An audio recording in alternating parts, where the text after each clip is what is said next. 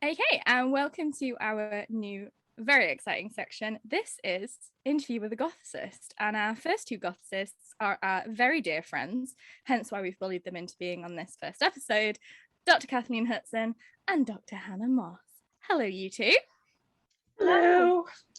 So, we are going to ask you guys a few questions so people can get to know you, and this is your opportunity to shamelessly plug yourselves. So, Dr. Kathleen, the Goth Queen. Hello. Can you tell us a little bit about who you are and your research, please? Okay, well, hello. My name is Dr. Kathleen Hudson, graduate of University of Sheffield with the other two. My PhD research was in servants and servant narratives in the early Gothic. So the Walpole to Shelley range of era. that era of 1764 to roughly the 1830s. And yes, that was what my PhD research was on, and also what my first monograph was on, was instances of servants speaking and telling stories and, performing stories in some cases, and that interesting line between telling a story and being stuck in a Gothic story, which is that line none of us particularly want to cross, I would think, in real life.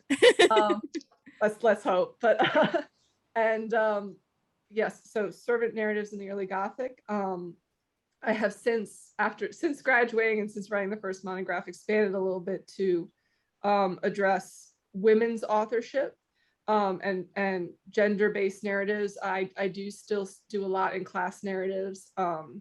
I've come forward in time a little bit, and I was just working on an article about Lovecraft and racially modified rereadings essentially of Lovecraft in the new era, and just recently published an edited collection called Women's Authorship in the Early Gothic, for which I was the editor, with a lot of amazing essays and chapters in it about early Gothic and the women's identities as authors in particular, and how that really emerged as an almost a female community of authors, not necessarily consciously. Something we found was that that women authors were communicating with each other, not necessarily in letters, but through their novels, and were reacting to this idea of a female based writing community, and included versions of that in their own texts. So that was a really interesting project. So that is out through University of Wales Press, and a shameless plug. You can check out, if you want to check out either of Kathleen's publications, we will include links to them in the show description. So you can go and have a look at them for yourselves. They're really good. They're amazing. They are so good. To be fair. Like, I am entirely biased, but they are also just really good. Yes. Kathleen, why servants? So, we always hear about Gothic heroes and Gothic heroines and Gothic villains, and servants are present in a lot of Gothic texts, but what is it specifically about servants in Gothic narratives that kind of makes them such an interesting research focus? Yeah, that's a good question, because when I always say the reason why I initially started writing about servants was because they were very annoying to me personally. No, it was when I started studying Gothic literature and started reading these texts for the first time, the servant narratives were always a source of massive frustration for me. They were kind of like the descriptions of landscapes. When you're reading the books for the first time, all you really want to know is, does Emily St. Aubert escape Udolpho? Like, you're like skipping massive chunks of the book because you're like, get to the end. Or at least I was, but I'm probably a terrible reader in that way. But they kept popping up, and they kept giving this really important information that I would have to then sort of go back and be like, oh shoot, I missed that part, or oh, that was actually kind of important, and it was, and then I went back and I was like, actually, this is really interesting, this is really good. So I always say that because they annoyed me so much, that I went back to do it. But what it is you do very much become a bit of a Gothic heroine when you're forced to read servant narratives, because the heroines don't want this to drag on either. I was turning into Emily St. Aubert, in which I was like, come on, Annette, like get to the point of the story so that I can Is this important? I want to know who's singing or what's behind the curtain. Like, you're not telling me. And it was one of those things that when I look back, I was like, wow, that's actually like a mini story within a story. And I had a real definite emotional reaction of and tension building and yeah, almost a kind of fear that paralleled the heroines rereading these servant narratives. It's like, oh, this is a buildup. This is really interesting. You can debate about how conscious the authors were in being like, oh, we're going to be so meta. We're going to include a servant narrative about, it's going to be a mini Gothic tale. You can debate about how conscious they were of that, but from Shakespeare and before, servants have been such important characters for making sure information is there, for structuring a world in which social roles are defined, and in which social roles are defined, but also in which moral roles are defined, and also in which moral fault lines and hypocrisies are exposed. You can't really fool a servant in some of the ways. Servants in the Gothic particularly get a very bad rap. Voltaire, when he was criticizing Shakespeare, and by extension Walpole later, very, very much objected to the idea that you would have servants on the same stage as aristocrats, that you would have the lower class and the upper class intermingling. And in many Gothic stories, they are dismissed as stupid or not to the point, just of having no kind of value in terms of what their opinions are. But that's a trick, that's a trap. And when you go back and you reread it, it's like, oh, they get it.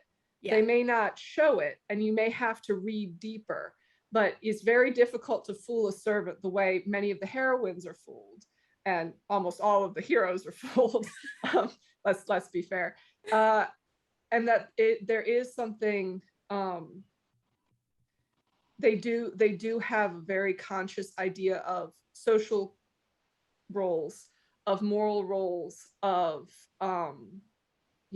the hypocrisies of their employers, of the practical things that you need to do to survive in the world that a lot of the heroines just don't seem to notice. So that's on one level, that within the text they are very knowledgeable about that, and that's who you ask. But on another level, that they also do function as authorial metonyms. They're stand-ins for Walpole and Radcliffe, and they say the things that we're all kind of thinking of, like, rolling your eyes about some of the heroines' worser peccadilloes, or just being like, okay, you gotta move now. You gotta run. Don't faint. Run. And they get to undercut that tension, don't they? Like in Otranto, when the maid is like, that guy's hot. Like, my lady, that dude's super hot. And she's like, I could never say such a thing. No. Although you're right, but I could never. I mean, even in Walpole, Castle of Otranto, at one point the servant says, better to be married to somebody than nobody at all. And it's like, you shouldn't say it, but in this instance, it makes a lot of sense. Yeah, it's taking the high romance of the Gothic and being like, yeah, but is it really? Yeah. Wouldn't it be better to be a little bit more practical about that? And isn't the high romance kind of thing that's getting you into trouble in the first place? And and they do stand up to the villains of the piece. Mm-hmm. I mean, servants get away with talking all kinds of smack, and that is an academic term you can definitely use. You can quote that in your essays. Yes. If you're an undergrad and you're watching this, Dr. Kathleen Hudson says servants can talk all kinds of smack. Well, but they do. They say things to all these horrific Gothic villains that no one else would ever be able to get away with. And they sort of do get away with it a little bit because they're like, oh, I'm just a servant. Don't listen to what I say, but also you're a moron and evil and, you know, a jerk, and you shouldn't do that. But also, yes, too, that I think they do start to function after a while as a stand-in for an audience and an author who are conscious of how a Gothic story, how a spooky story is told. Claremont by Regina Marie Roche. Marie. So we had this in our Claremont episode for Archive Deep Dive, where I was like, there's about 4 different ways to potentially pronounce this person's name. Yes. I think we've gone with Regina Maria Roche. Roche, okay, all right. Based on like,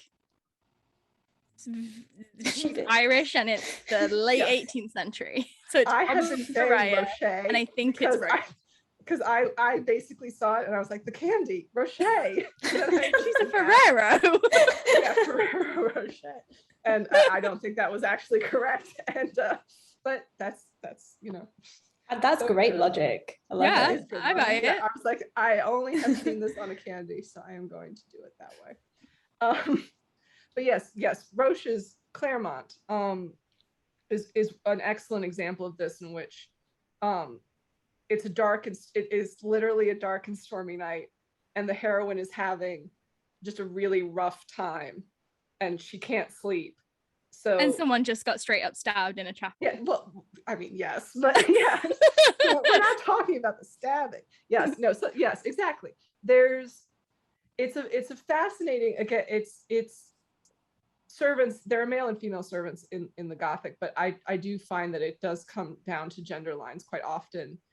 And it is a fascinating kind of commentary on that there is violence often disproportionately inflicted against women in the Gothic, and that where the heroines then find some sense of stability is in interactions with a more vulnerable class. Yeah. And often interactions with a more vulnerable class and women in that class. And that in this instance, it's very pointed that she's having 10 different kinds of a mental breakdown, rightly so, because she is in an extraordinarily dangerous universe. And yeah, it's a dark and stormy night. They're in a dark and creepy castle. So what these 2 servants who are looking after her do is light a fire, make some toast and hot cocoa, and start telling ghost stories. And the idea that there is a redemptive, very human, almost soothing quality to listening to ghost stories. And then to spread that out, and it's like, and you are also reading a ghost story. You are also, you the reader is reading a Gothic novel. And within that too, look at the redemptive power of these very highly metaphorical and telling and interesting stories that are being shared by 3 of the most vulnerable people, according to class, according to politics, according to gender, that is being shared by these 3 people as a way of essentially reaffirming their own identities and keeping the heroine's mind and emotional state safe. And yes, we're in a world where violence is disproportionately inflicted upon women, but we can also then take control of the narrative a little bit and make it ours and tell stories about women escaping and women surviving, which is one of the things I like about modern horror too, which is, you know, it's why do you watch all these horror movies? It's like, well, it's one of the genres where the women win.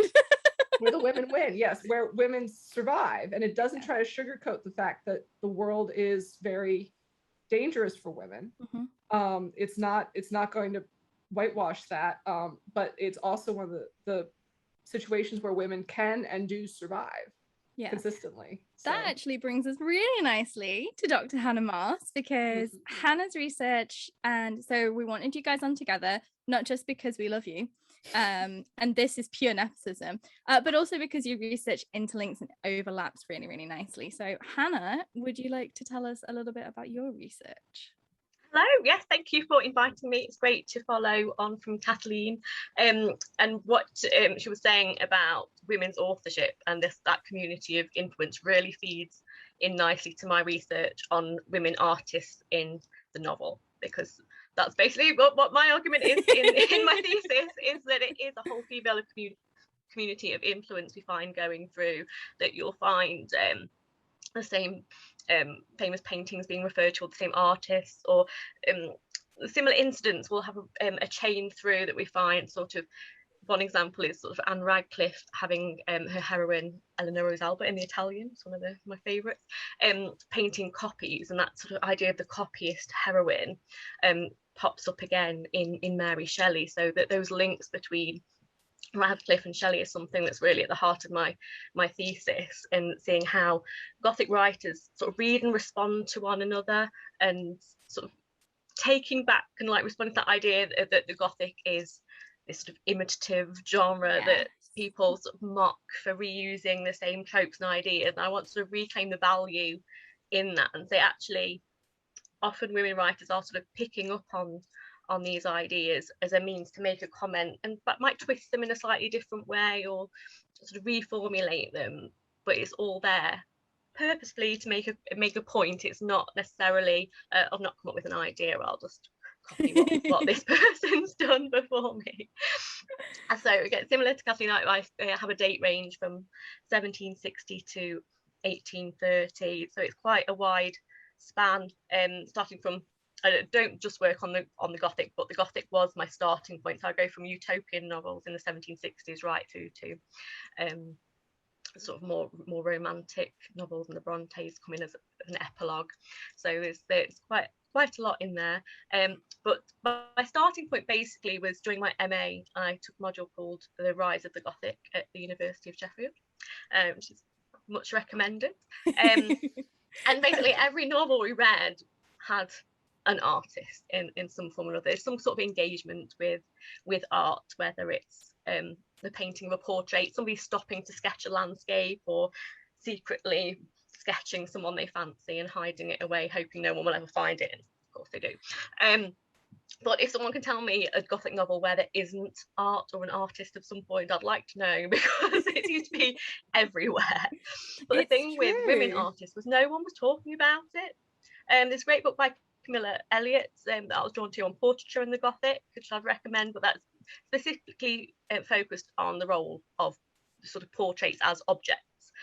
So in terms of the Gothic heroines themselves turning to art, it was often overlooked as just an accomplishment, that it's this form of education that's quite light, decided to make you look busy and attractive, whether you're sort of sat demurely sketching or playing the harp, you're doing something ladylike that's going to attract a husband, essentially. And a lot of women's art is sort of lumped together as accomplishment, but really there's a lot more going on, but no one was talking about it. I think a lot of the studies I was finding started with Germaine de Stael's novel Corinne, and Corinne is sort of taken as the first woman artist in a novel, because she self-identifies as an artist. Basically, she positions herself as sort of an inheritor of Petrarch. She's crowned at the capital in Rome. She's the equivalent of sort of a poet laureate. She can be sort of wheeled out to spout this improvised poetry on an occasion, but she sort of sings and dances and acts as well. She's a real all-rounder, and sees herself as something different and special. And because of that self-belief and self-characterization, and everyone buying into her as fulfilling this role of an artist, she sort of ticks the box as the first woman artist. And a lot of studies take that as a starting point and then look at how other writers have responded to that take. So you're sort of missing a whole tradition prior to that of what women artists are doing. And it's a period in the 18th century where you've got women artists working. People like Angelica Kauffman was one of the founding members of the Royal Academy, and Maria Cosway, the sculptor Anne Seymour Damer, who's famously Horace Walpole's ward. So you've got a nice link there to the Gothic tradition. And so I found it was getting overlooked. So that was my starting point to really look at what the role is of women artists in the 18th century. novel, because often it can be a profession, an alternative route for women. Like I mentioned, Eleanor Rose Alba. One of the first things we learn about her is that she sells her embroidery via the local convent. So she's got that sort of anonymous veil over her work, but it's really highly valued and seen as really intricate and special work. And then what the majority of the time in my thesis that I talk about Eleanor, I'm thinking about the copies that she draws from the excavations at Herculaneum, which is almost a kind of blink and you miss it episode if you don't know what you're looking for. You can easily think, oh, she's copied something. These were really famous excavations that were getting lots of attention. It's quite fashionable to decorate your home in that neoclassical style based on things that are coming up out of the ground. But what I found when I was sort of looking more into it is that it was really hard to paint copies of the excavations. The state were really controlling. There's an episode where one lady tourist went along with her sketchbook and the guards escorted her out. It was a banned activity. Someone else tried to get in through a window and sort of fell flat on their face. An attempt to sort of break in. Breaking into her. Yeah, break an entry of these 18th century ladies who just want to make a nice sketch. Because they really wanted to control the aesthetic. And if they hired the most sort of skilled copyists and draftsmen to produce these exact drawings, so they could market a whole series of volumes of prints to sell as, oh, this is the style of Pompeii and Herculaneum, this is your source book for it is to encourage copying, but to control how it was being, so very like taste making. Very much so. So you could easily sort of look over Eleanor drawing copies. It's something that's quite almost derided in a lot of aesthetic works during the 18th century. Sort of Joshua Reynolds, during his presidency of the Royal Academy, talked a lot about it just being the starting point for the training of artists. It was sort of mechanic and didn't take any imagination at all, no creativity. It was just something you did in your first few classes and sort of swept away, when really there are a lot of artists. Joshua Reynolds being like, there's no creativity or uniqueness. Joshua Reynolds, the man who painted like the same portrait like 50 times. It's really ironic that like a different face on it. So yeah, there's a lot of hypocrisy going on, but sort of trying to gatekeep as well. If you're saying that women, they can't go to sort of live drawing classes, can't draw from nude models, you can just stay at home and paint from your family's art collection. It's sort of putting a sort of limit around it, saying, oh, this is something you can do, you're not progressing further. It's sort of that professional demarcation of copy as amateur and this creative genius emerging that we sort of see in the Romantic period as this sort of male artist figure who's divinely inspired, and it's sort of you getting that cut off there. But really, if we're looking at a character like Eleanor, you can see that there is skill and value in the copy, and it's a way that Vivaldi recognises her hand. He sees some of her work in progress and realises that the family art collection has some of her work as well. So it is sort of transcending the domestic arena to enter these sort of prestigious, sort of aristocratic art collections that are kind of quite highly valued, even if it's sort of anonymously done.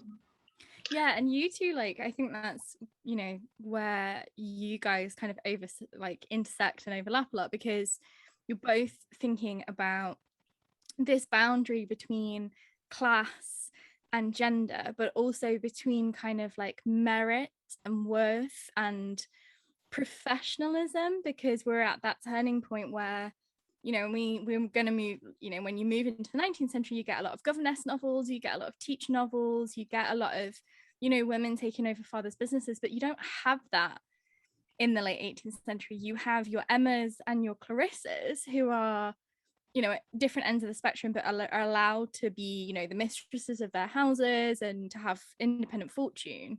Of course, Clarissa's is slightly more traumatic and tragic, but we don't have that. And I think you're both working in those areas where it's like, well, shocker, women had to work in the 1700s. Like, women's professions weren't just invented in like 1830.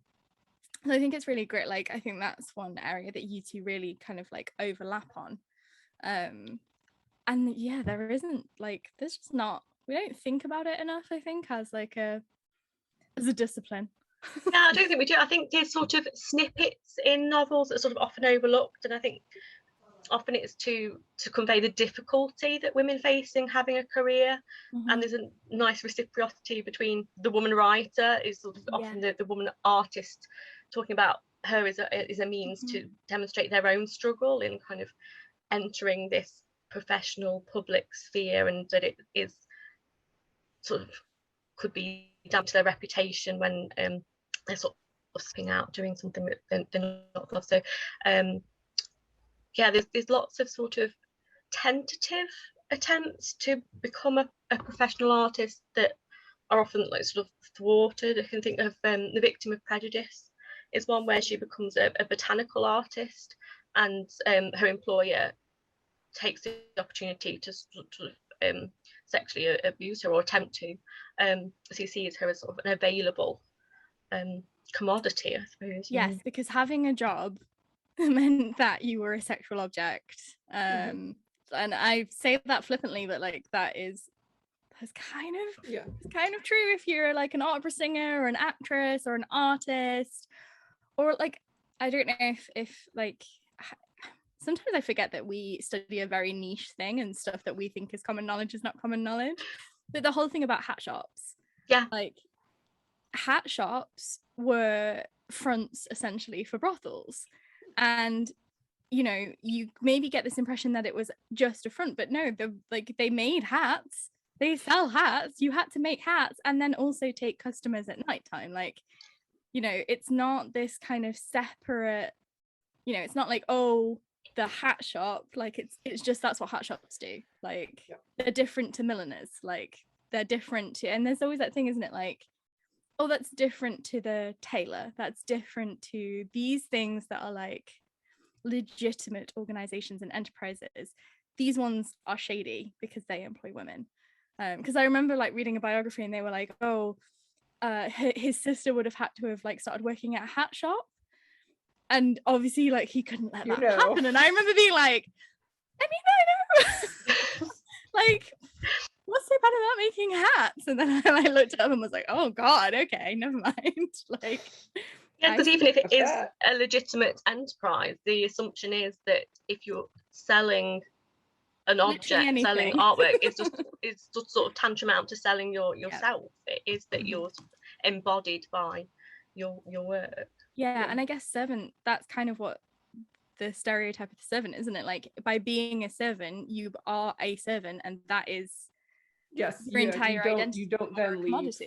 No, you don't then leave that. And I do think it is, it's an interesting one too, because for servants, for the middle class heroine to then have any kind of stability by the end of the book, the servants need to basically approve of her.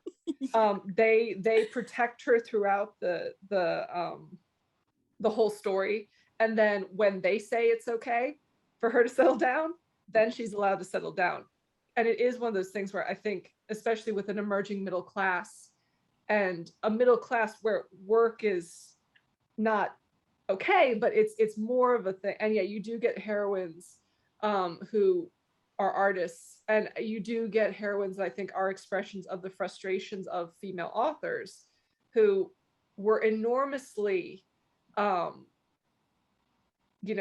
present in print culture, not just as authors, but also as just from start to finish in a publication, are present, and then are marginalized very much so in history. I think, I do think that the interactions and that idea of work is a lot of the frustrations that female authors have.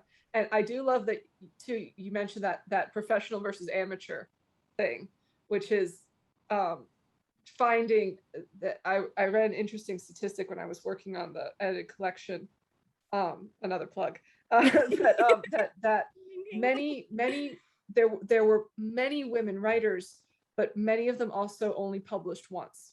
Yeah. And that it was just not, they couldn't sustain it, but I'm like, even if you publish once, you still participated in that culture. You still contributed to that conversation.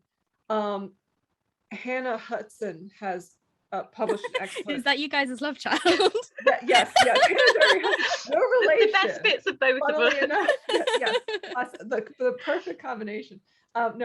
She has published an excellent thing about reviews and you can see the reviewers trying to guess if it's not obvious if it's a man or a woman, and overwhelmingly it's a great amateur work if it's a woman, and it doesn't matter how good the book is. This is something she did because she, again, like the art, this is something she did in a drawing room, which makes it not real art in that kind of sense. Yeah. And it is an interesting, yes, I do love I do think that the art stuff within the novels does very much parallel the frustrations and just feelings that the female authors are having of like, I'm really working on this. It is work. Please just don't, but to be labeled as an amateur is such a harsh thing in a criticism.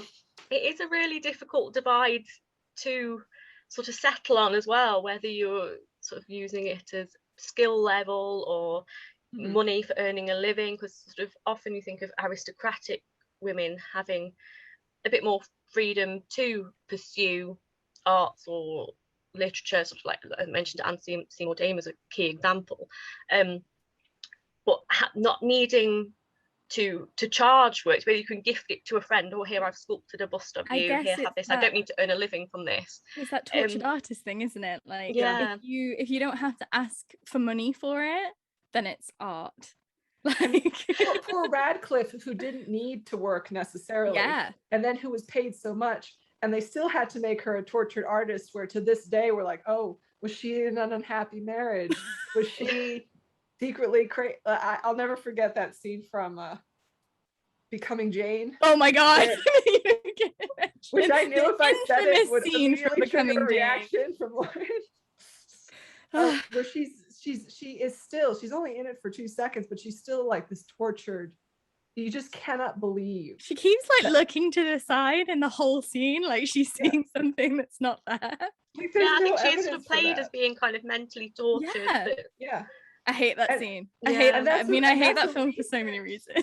That's a recent, thing. But I think it's still the same thing, which is, well, she wrote all this stuff, so there must have been something wrong with her. Yeah. Then and now, and I can't. It was another. There was a quote, I've forgotten who said it, but it was classifying Gothic as basically that genre which every young girl who, when she reads it, thinks she can then write it. So that Gothic because is like we can. But what, like it's hard? Yeah, it's hard. but that's the thing too, which is, oh, she read it, so that means that she can write it. Yeah. Or she thinks she can write it. And I'm like, I think actually the underlying idea there, which is very interesting, is she read it and she immediately connected to a story about a woman who was locked in an attic by some nightmare man and then put in a forced marriage, and then she has to run to a convent and like, I think it's as much that these women are dismissed as being amateur artists and amateur writers, but the fact that they have connected so emotionally with these things, and yes, and too with the aesthetic, that they are tastemakers, that they find something of value in romantic scenes or neoclassical scenes or whatever it is that they're drawing, is very suggestive and kind of almost nullifies the whole "are you an amateur, are you a professional" thing. Well, you're immediately making me think of the Mary Shelley film. Oh god, yes. Because, the introduction to that basically has Elle Fanning sat in the grave, the traditional scene of Mary Shelley sat at her mother's graveside reading. She's reading The Castle of Wolfenbach at the same time she's really scribbling notes to a ghost story that she's supposedly been sort of inspired to write based on Eliza Parsons's work. And basically the opening of the film just sets about this idea that the sort of early women's Gothic is this rubbish that we can cast onto the fire, as sort of her father finds her notebook and sort of sits down in his study to sort of say, well, why are you writing something imitating somebody else? You need to go away to Scotland and find your own voice, and sort of puts the book on the fire, and sort of there's this severing of sort of her childhood imagination and sort of this really sort of in like you say, having this emotional inspirational connection with the Gothic. It's this idea that she's got to cast that completely aside, which I don't believe in. I think we sort of find those threads come through, and she might sort of revolutionize them, but they're not cast away, they're just sort of reworked. There's so much. I mean, Shelley writes a novel about a condottiere, and the whole of Mysteries of Udolpho is about a man, a tyrant who wants to be a condottiere, and you're telling me that Mary Shelley was like, no more of this nonsense. I was gonna say, this is given how deeply Percy Shelley plagiarized significant Gothic novels, this is deeply ironic. Hey, choice. Her husband literally plagiarized, like, oh, I'm gonna call this Wolfenstein.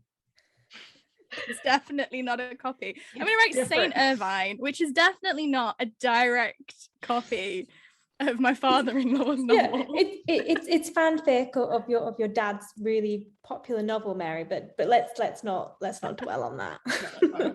No. It's fine. Well, and okay, yes, well, that originality emerged. Sorry, I'm cutting you off, but that originality emerged as this thing that you were supposed to get. But even now, we're still kind of now, again, I think with fan fiction debating, okay, but is originality really the be all and end all for this, or is it engagement and advancement? Yeah. Which is Spoiler. more what? No, it's not the be all and end all. No, it's not. Thank you for coming to our super serious, very academic YouTube channel. We understand if you never want to come back. Before we go, do you want to plug anything one last time, or give a shout out to anything in particular? Buy the books, buy our books, buy books. buy my books. I've published on Service in the Gothic through University of Wales Press, and also there's an excellent women's authorship in the early Gothic that is just recently out through University of Wales Press, which is an edited collection. So it's not just me yammering, it's lots of different people yammering with me editing. So you should check that out. With you controlling the yammering. With me controlling the narrative. Yeah. You're the puppet master. It's not just Tom Hiddleston you want to control. She's the sexy puppet master. Yeah. And if you want to hear me moaning about the anatomical Venus more in relation to the Mysteries of Udolpho, I am presenting for the Edinburgh Material and Visual Culture Seminar on the 29th of September. And send us the link, and we'll put it below. Yeah, we can put the link. Yeah. Hannah has a very exciting edited collection coming out as well next year. So featuring Dr. Lauren Nixon, it is Jane Austen and the Arts. Lauren is contributing a great chapter on adaptations. I think it's television. It's Lost in Austen. Lost in Austen. Yeah, because I love that show. Yeah, I will be talking about the nostalgia effect in Jane Austen television programs. And Hannah is my very beautiful and gracious editor. Oh, I'm looking forward to reading the chapter and not being like a bitchy editor crossing everything out. I know it's all going to be perfect. And I'm writing my own chapter on Sense and Sensibility and artistic heroines, and how Jane Austen responded to Jane West. So yeah, those chains of influence coming all through those again. Janes. The chains of Janes. The chains of Janes. Yeah, maybe that should call it that. Please do. That very serious. Look at that in the not too distant future, if you're into Jane Austen. Yeah. Thank you both so much for being on the show. So this has been Dr. Kathleen Hudson and Dr. Hannah Moss. I'm Lauren. This is Mary. We are the Ghoul Guides. And in the meantime, stay safe and stay spooky. Stay safe and stay spooky.